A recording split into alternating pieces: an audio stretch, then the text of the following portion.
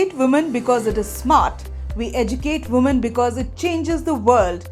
Yes, today we have somebody who is not only an influential lady, but her credentials speak volume about her achievements and contributions not only to womanhood but to the entire world. Yes, I welcome you all to Women Influencers Talk Show, a show which not only features women achievers but women who are a phenomena.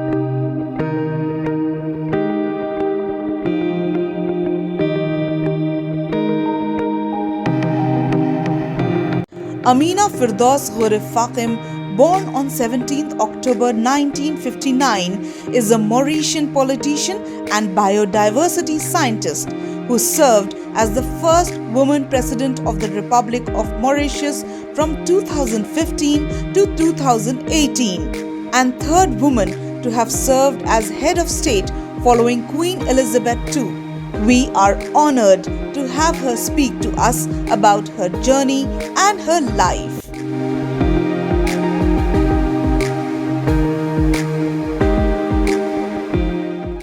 The volume of her profile is a proof of her unparalleled achievements and contributions to a better humanity and environment. I am deeply obliged and privileged to have Her Excellency Ameenah Gurib Fakim on our talk show today. The first question that I would like to ask you is about your connect and your roots to India. I am fourth generation Indian immigrant whose ancestors have hailed from Ghazipur in Uttar Pradesh. My forebears left India in 1862 and unfortunately we do not have any relatives back in Ghazipur. But I would still like one day to visit the village where my ancestors came from. Sure, if you know where you're from, it is harder for people to stop you where you are going. How would you define life in Mauritius and how receptive has Mauritius been to the Indian diaspora? Mauritius, I've lived through the colonial era in my childhood, and the island became independent in 1968. And since then, we have progressed, we have done massive progress in my opinion. So I can say that those who have led the country over the past 50 years, they have implemented some of their vision to make it a prosperous nation for us to live, well, at least comfortably. We are ourselves Indian diaspora because we have left India for over 100 years. But what we have done is that we have maintained strong links with India at many levels, culturally, economically, politically.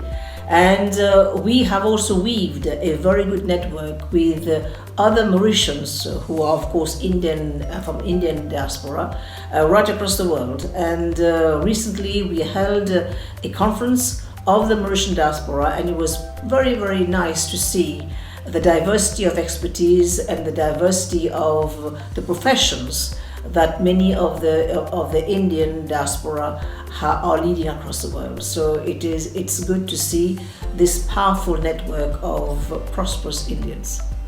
Very well said. Your love for science, specifically organic chemistry, how did it happen?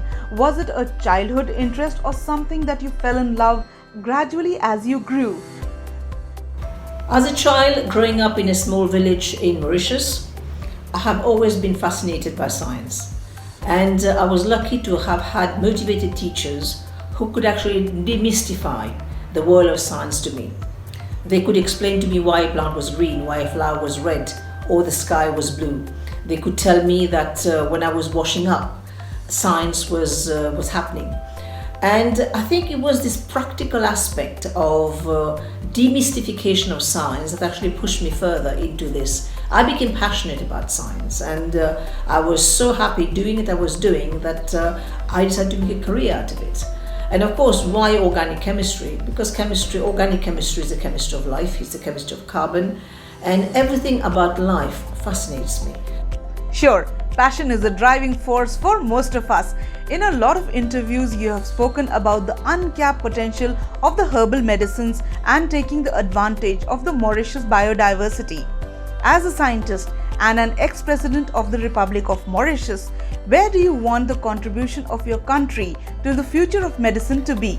If you look at the World Health figures, it says over 80% of the world's population still depend on herbal medicine for the primary health care. And if you look at a continent like Africa, I would be comfortable to say that this is the case. And geographically and politically, Mauritius belongs to the African continent. Where we are in Mauritius is that we are a biodiversity hotspot, which means that there are unique plants growing in this part of the world, which may eventually provide the cure to other diseases that may arise.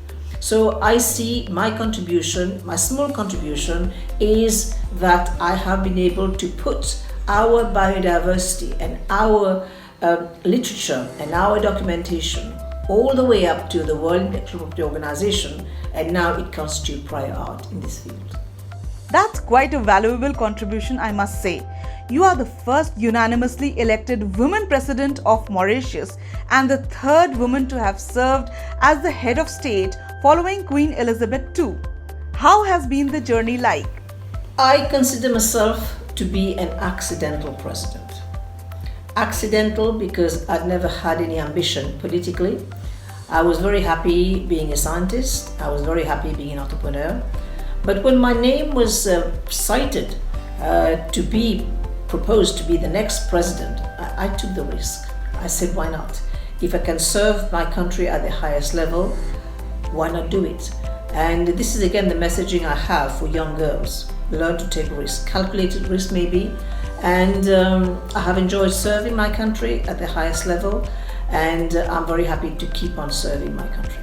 Well, as I read somewhere, you take the risk or you lose the chance, and you are a living example of it, and we all look up to you. What are your memories of your time spent at the State House? I have very nice memories of the camaraderie, as we say, among the members of staff. I was very happy to actually federate all the young people around a cause, because I was still, and I still am, interested in promoting science. I'm still doing it. I actually draw a lot of attention to the plight of plants, because I had created quite a few mini gardens in the State House gardens.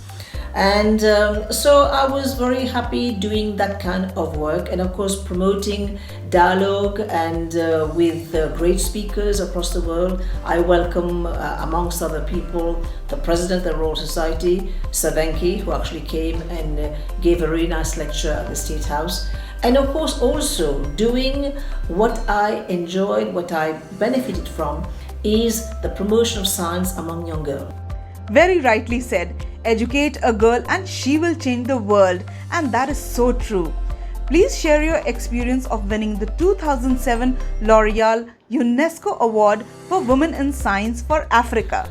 As a female scientist, that was a really special moment. It was a special moment for many reasons. First of all, I became the very first laureate for Mauritius. It has not been edited again since, unfortunately.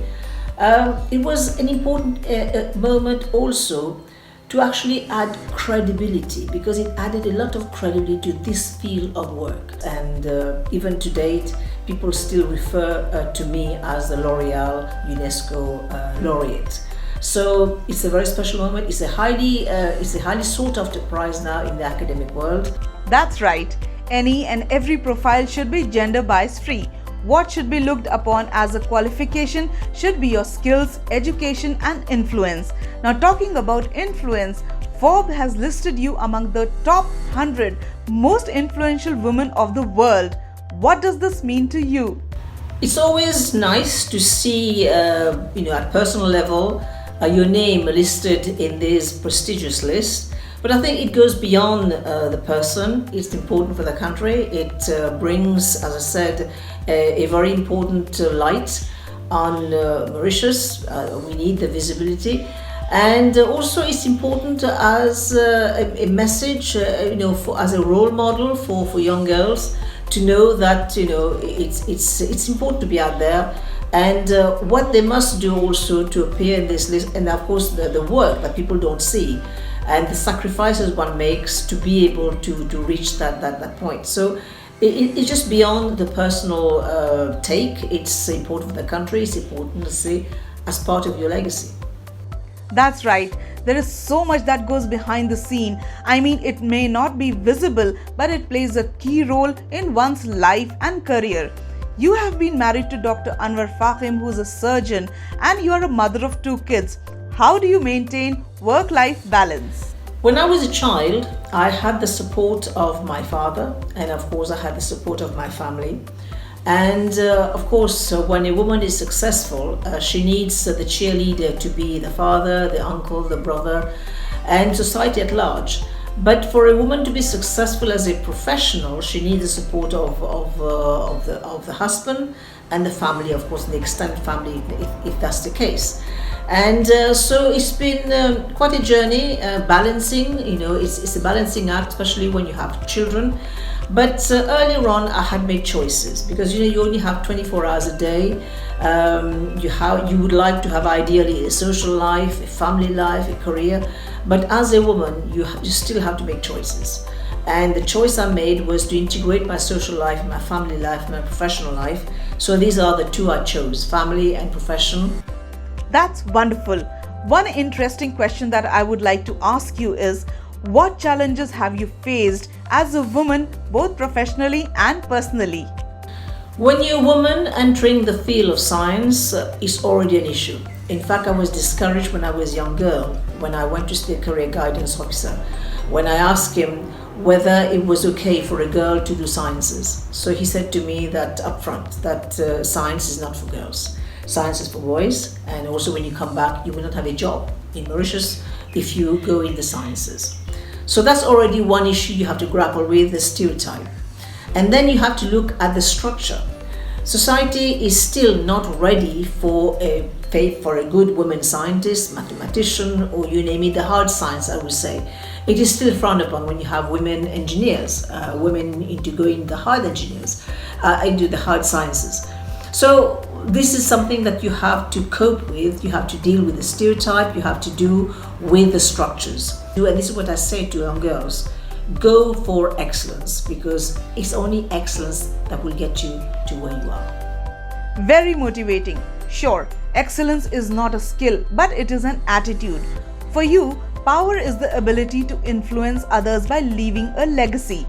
As an ex-president of Mauritius and also a scientist, what legacy would you like to leave behind? To me, the notion of power is much more subtle, in as much that people are known, great leaders are known to be leaders who lead from behind. And what is my legacy vis-a-vis young people? My legacy vis-a-vis young people is that your success is what makes me happy. So my involvement today will be to ensure that you have a better future. That's my legacy. That's so true, and I'm sure all our viewers across the world are loving watching you speak and are getting motivated too. Any last motivational words for the young minds engaging in the new innovative environment, especially women? I have only one message to all girls, and that can be summarized in 3 Ds. Is to dream, is to dare, and is to do. And if you dream big, you believe in yourself, and you're passionate about what you do, you will not have to work a single day in your life. But again, I will cite Salif Johnson, one of the past heads of state in Africa coming out of Liberia, is that she said, dream big. If these dreams don't scare you, then they are not big enough. Right. And as Lupita Nyong'o says, no matter where you're from, your dreams are valid. Before we say goodbye and thanks to you, what are your thoughts about our initiative, Women Influencers Group? You're doing a great job because you're precisely bringing out the role models that we have around the world.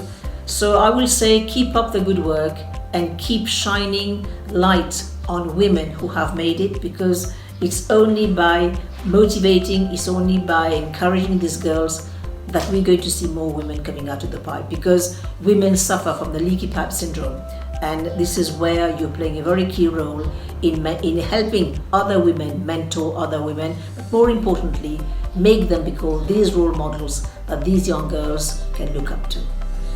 Of course, your testimonial means we are definitely doing it right. And I, on behalf of my entire team, would like to thank you for taking out your precious time for this show. Sending our love and blessings to you and your beautiful country, Mauritius. We are constantly working very hard in bringing forth such influential personalities who are a role model in themselves. So please show us your love and support by subscribing to our channel. Like and share it among your friends and family. Till we meet next time again, take care, stay safe, bye bye.